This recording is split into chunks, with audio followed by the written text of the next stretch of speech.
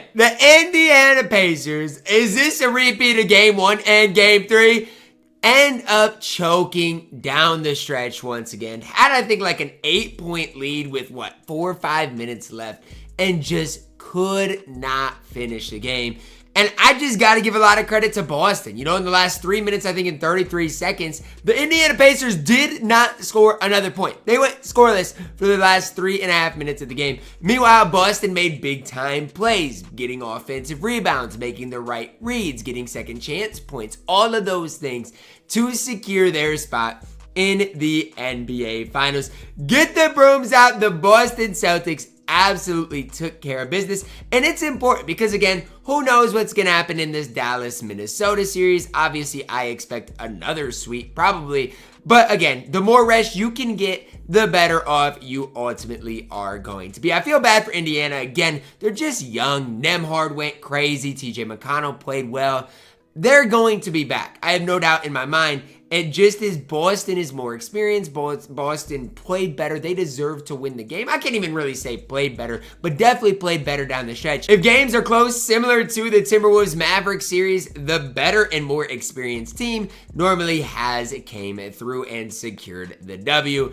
Good season from the Indiana Pacers. Obviously tough without Tyrese Halliburton. TJ McConnell, Nembhard really stepped up, but just couldn't quite get the job done. Shout out Jaylen Brown, Eastern Conference Finals MVP, man. Played really, really well. And here, guys, we can see the final box score for tonight. Jaylen Brown, 29 points. Jason Tatum, 26 points, 13 rebounds, 8 assists. Played really well in the game.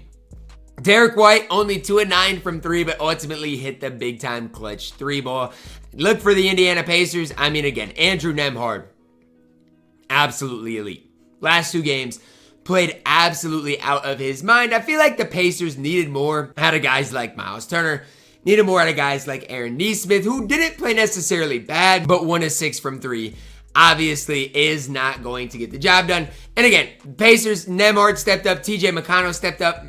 There was a couple of questionable calls down the stretch. Obviously, when McConnell got hit in the face, definitely should have been a flagrant one for sure. But then Aaron Nesmith, jumped in the air, threw the ball, and caught it again, and they didn't call it travel. The refs were just weird in this game overall. They've been weird throughout the NBA, Eastern and Western Conference Finals as well. But overall, I mean, again, you look at how the play-by-play went and the game charts went.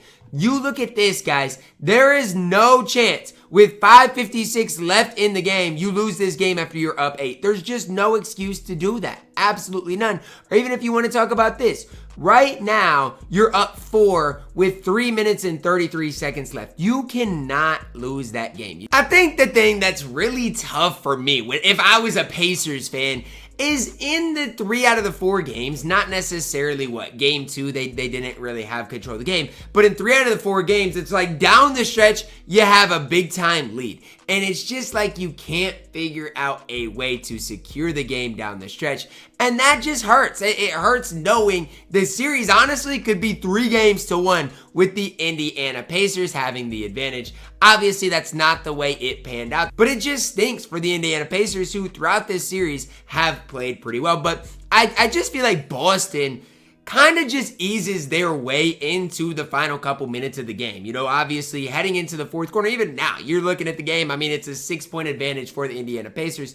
Playing pretty well. You guys can see Nembhard getting right to that right hand. And you go up 8 or 9. I mean, this is not a game at home you should lose. But I think it speaks to the inexperience that we've seen in both the Western and Eastern Conference Finals. The more experienced team is making plays down the stretch. And this was a big time possession right here. You're not going to see the possession before. But what happened here, TJ McConnell missed, I think, an easy layup here. Could have put it to 11.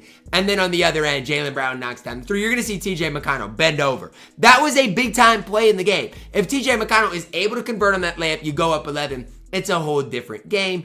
Obviously, you know, you go back now and you look at it, it's back to a 4-point game. And this is where things got bad, because this is right after the TJ McConnell incident where Jaylen Brown hits him in the face. You know, could have really impacted the game. The refs call it a common foul. Debate it if you want. Refs make bad, good calls all throughout the game.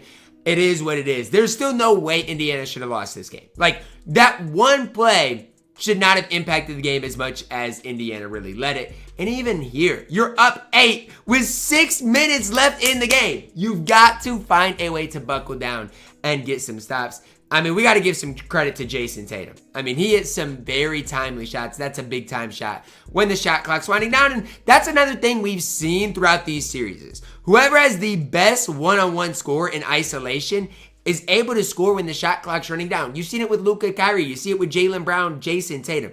With Indiana, with Minnesota, that's why it's so tough to score at the end of games, because things get congested, man. Here you guys can see Nembhard attacking Al Horford. Tough shot over Al Horford. Mind you, Andrew Nembhard's a dog. Very tough shot right there. But it's just not easy to score. Another Jayson Tatum kind of step back right there. Gets called for an offensive foul later in the game. I will say, later on in this game, they attacked Obi Toppin.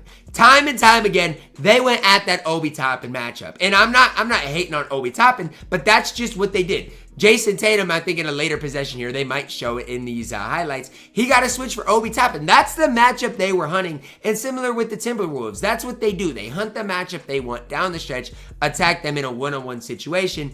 And you've got big-time players making big-time plays. I mean, Drew Holiday, a bona fide, I don't want to say star, but a bona fide winning player throughout his career. And even there, Obi made a good pass. You're up 4 with 3 minutes left in the game. Here you go, Obi Toppin, one-on-one once again, and you just hunt that matchup. Hunt that matchup, score against Obi Toppin. Here's Obi Toppin once again, hunting that matchup. And I don't want to sit here and say too much about it, but if Rudy Gobert was Obi Toppin, the Twitter timeline would be going crazy. Nobody is talking about them hunting Obi Toppin on the perimeter, but that's what they did. Every single possession, that was Boston's game plan. Hunt Obi Toppin on that defensive end of the court. Here they put Miles Turner in the action because Obi Toppin is off the court. Jaylen Brown to Derek White in front of the Indiana bench. And guess what? He has something to say about it. Indiana had 102 points to end the game. With 3 minutes and 30 seconds, they had 102 points, and that's what they finished with. Absolutely unacceptable down the stretch for Indiana to be as bad as they were. Honestly, I'm going to say it right now. I predicted the Boston Celtics sweeping the Pacers before this series started. And I can say up here in front of you guys, I told you so. Not that I was correct in how it would play out. Indiana put up a better fight than I thought they would, but I did think it would be a sweep. Get the brooms out. Boston in the NBA Finals where they belong. I think they're the best team in the league. I think the Mavericks are going to give them, all they want and more. And I'll break down that matchup specifically when it does get finalized. Shout out to Jayson Tatum, Jaylen Brown stepping up down the stretch, and even Drew Holiday, Derek White. All of those guys made some big time plays down the stretch. And that's what it takes. Not just 1 or 2 guys, but your whole team making some big time plays. That's going to wrap it up for our video today, guys. Let me know your thoughts on it down below in the comments. Drop a like on it. Subscribe if you are new. And as always, man, I love you guys. Have a blessed day.